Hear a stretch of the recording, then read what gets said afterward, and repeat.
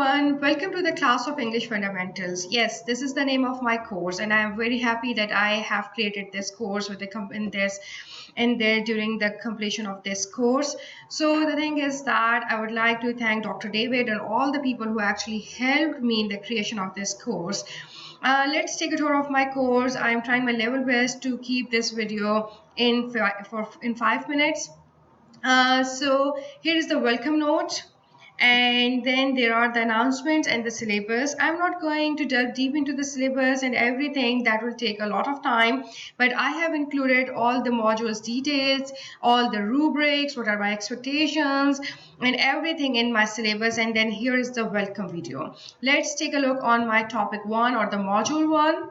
In module 1, I actually started my module 1 with the concepts of critical reading techniques, and that is related to the academic writing. My course is a kind of a crash course that includes 4 modules. So I started with the reading skills like the skimming, the scanning. Here's the video that I have uploaded for the reading skills. I actually tell them how to do the skimming and scanning and how to pick up the important points from the long reading articles, and then the argumentative writing.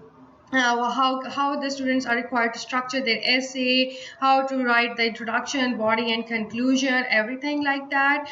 And then for their assessment, I have uploaded an article where they are required to pay close attention to the author's argument, meaning and evidences, and they are supposed to post their thoughts about the articles on the discussion forum. So let's go to the second topic or a second module. In the second module, I have given the introduction to the research paper and the APA manual, and here is my own video. And then for the welcome to week, I have also included the plagiarism, what is plagiarism, and then the plagiarism exercises, how to avoid the plagiarism. And when you are going to avoid the plagiarism, then I have also included how to do the paraphrasing. What are the techniques to do the paraphrasing? What is actually paraphrasing to avoid the plagiarism? And then there is one more assessment that they are required to do, that there is a paper I have posted, and they are required to go through the paper, and they have to provide 2 examples of the plagiarism or a thing that is not following the rules of the APA. And then does the author describe the relevant scholarship and the other things.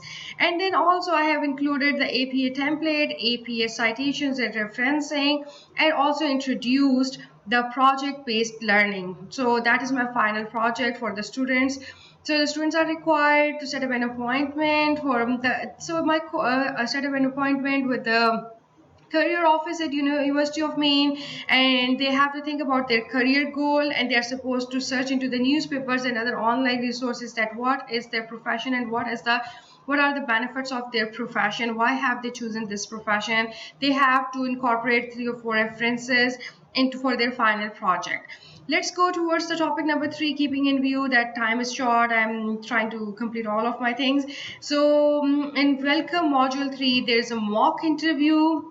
Then I have introduced the mechanics of style, and then there is a quiz for the mechanics of style, and then there is the APA citations practice.